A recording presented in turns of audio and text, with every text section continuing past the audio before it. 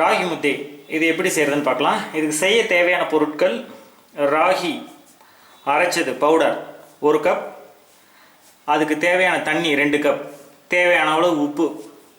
இதுக்கு வந்து நெய், கடலெண்ணெய், எண்ணெய் எதுவுமே தேவையில்லை. நம்ம தண்ணி கொதிச்சோன்னா அதை போட்டு மிக்ஸ் பண்ணுறோம், அவ்வளோதான். ரொம்ப சிம்பிள், செய்கிறது ரொம்ப ஈஸி. வச்சுக்கோ, சட்டியில் செய்கிறது தான் ட்ரெடிஷ்னல் மெத்தட். நம்ம செய்ய போகிறது ட்ரெடிஷ்னல் மெத்தட். இப்போ சட்டி காஞ்சிருச்சு. 1 கப்பு ராகி பவுடர் எடுத்துருக்கேன். ஸோ அதனால் 2 கப்பு தண்ணி ஊற்றுறேன். நான் பெங்களூருக்கு வந்து முதல்ல சாப்பிட்டது இந்த ராகி முத்தை தான். ரொம்ப சூப்பராக இருக்கும். இது நமக்கு குளிர்காலத்தில் நமக்கு உடம்புக்கு சூட்டை தரும். இது கூட கீரை சாம்பார் ரொம்ப சூப்பராக இருக்கும். தால் அதுவும் நல்லாயிருக்கும். ஸோ தண்ணி கொதிச்சிச்சு. இதுக்கு தேவையான உப்பு போட்டாச்சு. இதை நம்ம கிளறதுக்கு கரண்ட் யூஸ் பண்ணக்கூடாது. இந்த மாதிரி ஒரு மர கரண்ட் யூஸ் பண்ணோம். ராகி பவுடரை கொட்டி நம்ம வேகமாக கிளற ஆரம்பிக்க வேண்டியது தான். இப்போ கொதிக்கும் போது கொட்டணுமா இல்லை? தண்ணி கொதிச்சிருச்சு, நம்ம சிம்மில் வச்சுக்கலாம். சிம்மில் கிளறும் போது சிம்மில் வச்சுக்கணும். இப்போ ராகி பவுடரை போட்டு நம்ம வேகமாக கிளற வேண்டியது தான். கொட்டுங்க. இப்படி கிளறதே ஒரு ஃபன் ஆக்டிவிட்டி.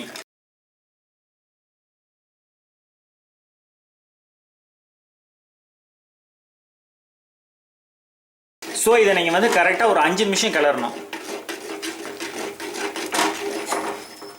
நீங்கள் எவர் சில்வர் பாத்திரத்தில் வைக்கும்போது ஒட்டும். இது அழகாக ஒட்டாமல் வரும். நான்ஸ்டிக் யூஸ் பண்ணலாமா? இது கண்டிப்பாக நான்ஸ்டிக் யூஸ் பண்ணக்கூடாது. இரும்பு யூஸ் பண்ணலாம். I am big fan of இரும்பு.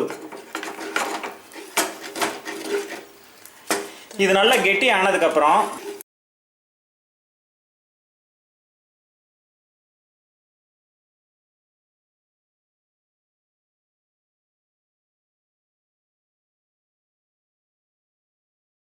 இப்போ நம்ம ஒரு 5 நிமிஷம் மூடி வைக்கலாம். மூடி வச்சு ஒரு 5 நிமிஷம் இருக்கலாம். சிம்மில் ஆன் பண்ணலாமா, ஆஃப் பண்ணலாமா? ஆஃப்லேயே தான் இருக்கணும். ஸோ நல்லா அது புளிங்கி வெந்துருச்சு. இப்போது நான் கையை நினச்சிக்கிட்டு, தண்ணியில் கையை நினச்சா போதும். கண்டிப்பாக சூடாக தான் இருக்கும். ரொம்ப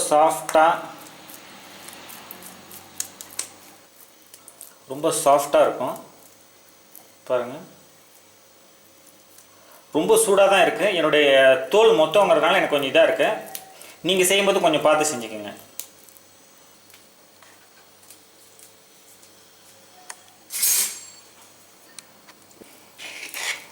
ஸோ கரண்டி யூஸ் பண்ணால் பாருங்கள், சட்டியில் இருக்கிறது அவ்வளோ அழகாக ஒட்டாமல் வருது.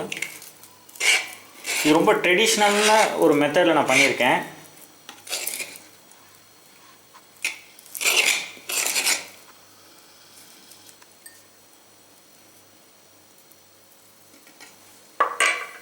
கையை நினச்சிக்கிட்டு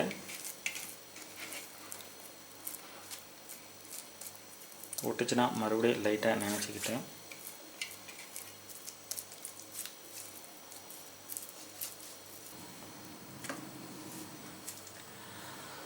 அருமையான 2 ராகி பால் தயாராகிருக்கு. எனக்கு ஒன்று, உனக்கு ஒன்று. இல்லை, குட்டி குட்டி பால்லாம் எவ்வளோ பண்ணலாம்? 4 பண்ணலாமா? 4 பண்ணலாம். ஏற்கனவே பண்ண சொப்பு சாரை நம்ம பவுலில் ஊற்றி சர்வ் பண்ண வேண்டியது தான்.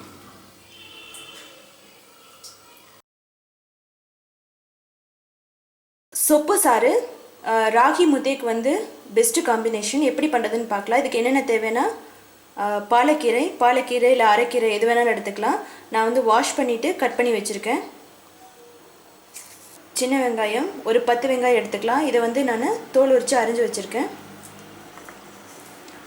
4 பூண்டு எடுத்துக்கலாம்.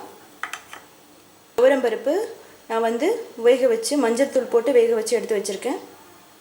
கடுகு, கொத்தமல்லி பொடி, பச்சை மிளகாய், வரமிளகாய், வெல்லம், தக்காளி 1 கட் பண்ணி வச்சுருக்கேன், பெருங்காயம், மிளகாய்த்தூள், மஞ்சள் தூள், உப்பு தேவையான அளவு, கறிவேப்பிலை. இப்போ எப்படி செய்யணும்னு பார்க்கலாம். 2 டேபிள் ஸ்பூன் வந்து கடலை எண்ணெய் ஊற்றிக்கலாம். கடுகு போட்டு வெடிக்க விடலாம். கறிவேப்பிலை போட்டுடலாம். பச்சை மிளகாயும் வரமிளகாய் போட்டுடலாம்.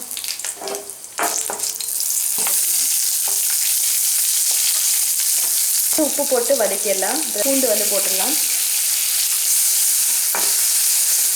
மஞ்சள் போட்டுக்கலாம், பெருங்காயம், இதை போட்டு நல்லா வதக்கலாம். இப்போ மிளகாய்த்தூள் வந்து போட்டுக்கலாம்.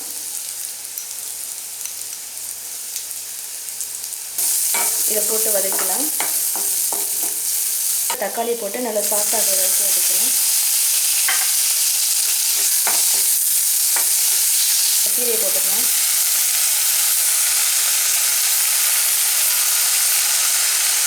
இது ஒரு 2 நிமிஷம் வதக்கிட்டோம்னா சாஃப்ட் ஆகிடும்.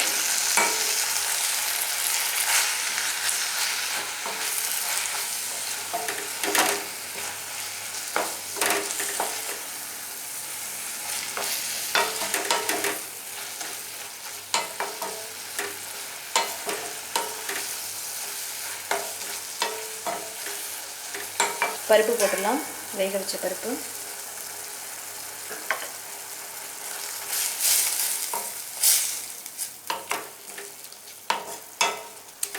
இதில் கொஞ்சம் தண்ணி ஊற்றிக்கலாம்.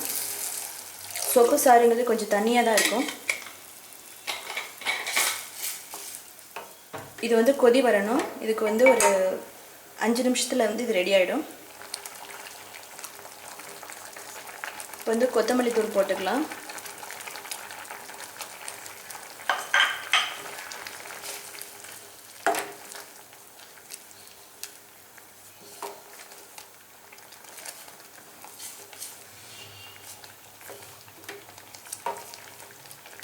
இது வந்து ரெடி ஆகிடுச்சு. நம்ம வெல்லம் போட்டுடலாம். இப்போ வந்து இந்த வெல்லத்தை போட்டுடலாம். வெல்லம் போட்டு ஒரு 5 மினிட்ஸில் வந்து இது ரெடி ஆகிடும்.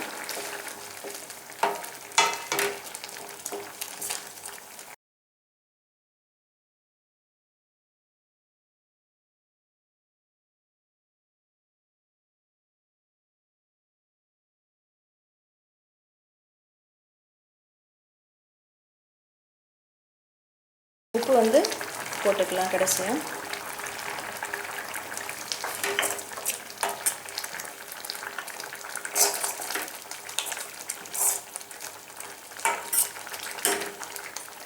இது வந்து இப்போ ரெடி ஆகிடுச்சு. நம்ம எடுத்து வச்சு நம்ம வந்து கடைசியாக வந்து மசிச்சுக்கலாம், இல்லை இப்படியும் சாப்பிட்லாம். இப்போ சொப்பு சாறு ரெடி.